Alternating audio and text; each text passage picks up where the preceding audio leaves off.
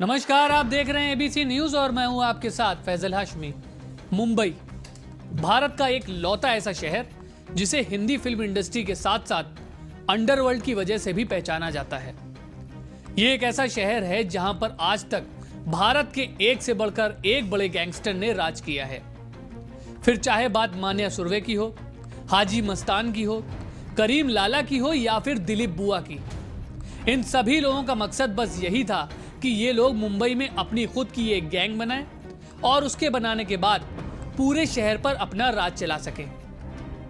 जहां एक तरफ मान्या सुरवे और दिलीप बुआ जैसे गैंगस्टर एनकाउंटर में मारे गए, तो वहीं दूसरी तरफ हाजी मस्तान और करीम लाला जैसे गैंगस्टर बढ़ती उम्र या फिर अपनी बीमारियों के चलते मर गए। लेकिन इन सब के अलावा मुंबई की सरजमीन पर एक ऐसा गैंगस्टर भी जन्मा जिसके डॉन बनने के बावजूद ना तो सालों तक उसे भारत की पुलिस पकड़ पाई और ना ही उसे कोई मार सका। उस आदमी ने अपनी डी कंपनी के जरिए भारत में कई गैर कानूनी कारोबार चलाए और जब उसे इस बात का एहसास हुआ कि अब उसकी जान को पुलिस और अंडरवर्ल्ड की दूसरी गैंग से खतरा है, तो बस वो मुंबई के डोंगरी से अपनी जान बचाकर दुबई की तरफ रवाना हो गया। दुबई में रहते हुए जब उसे इस बात का पता चला कि भारत के रिश्ते पाकिस्तान के साथ बिगड़ रहे हैं, तो फिर उसी चीज का फायदा उठाते हुए वो दुबई से स्थायी रूप से पाकिस्तान के कराची में जाकर बस गया। दरअसल हम बात कर रहे हैं मुंबई के मास्टरमाइंड और भारत के most wanted criminal Dawood Ibrahim की, जिसके बारे में ये कहा गया है कि उसकी कराची में किसी अनजान व्यक्ति द्वारा जहर दिए जाने की वजह से मौत हो गई है। आइए आज की हमारी इस खास पेशकश में सबसे पहले तो हम जानने की कोशिश करते हैं कि कैसे एक मामूली सा लड़का मुंबई का मास्टरमाइंड बना और भला कैसे कराची में उसे जहर देकर उस पर हमला किया गया।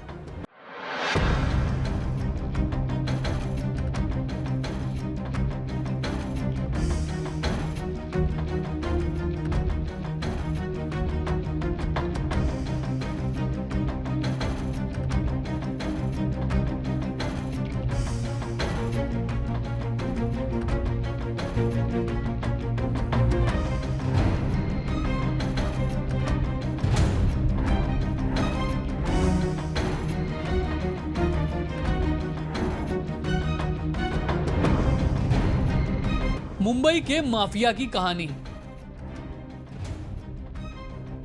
90 के दशक में मुंबई को दहलाने वाले दाऊद इब्राहिम कासकर का जन्म 27 दिसंबर 1955 में महाराष्ट्र के रत्नागिरी जिले में हुआ था। उसके पिता इब्राहिम कासकर महाराष्ट्र पुलिस में कांस्टेबल थे। दाऊद के परिवार में वो अकेला नहीं था, उसके अलावा उसके 7 भाई और 4 बहनें भी हुआ करती थीं। ऐसा बताया जाता है कि जब दाऊद 19 साल का था तभी उसने अंडरवर्ल्ड की दुनिया में अपना पहला कदम रख दिया था। 19 साल की उम्र में वो हाजी मस्तान का करीबी सहयोगी बन गया था, लेकिन मुंबई पुलिस ने मस्तान का शासन खत्म करने के लिए दाऊद का सहारा लिया और उसे मस्तान के खिलाफ खड़ा कर दिया।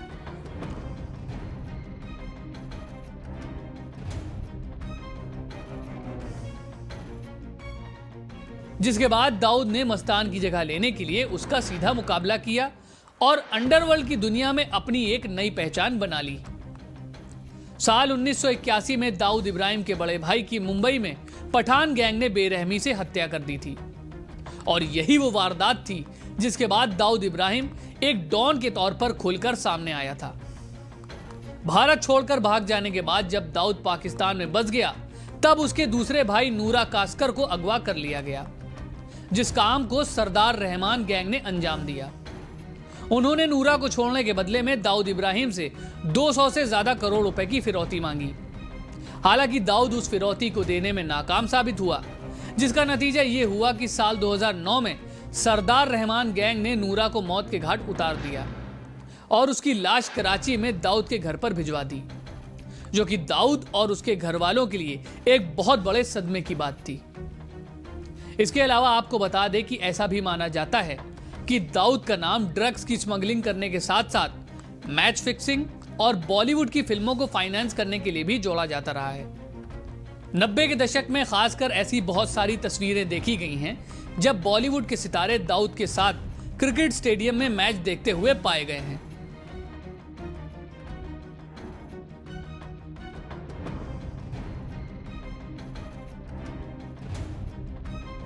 यहां तक कि दिवंगत अभिनेता ऋषि कपूर ने तो खुद अपने एक इंटरव्यू में इस बात का खुलासा किया था कि उन्होंने दाऊद इब्राहिम से मुलाकात की थी, जिससे कि उन्हें उनकी अपनी फिल्म डी डे में दाऊद के किरदार को निभाने में काफी ज्यादा मदद मिली थी।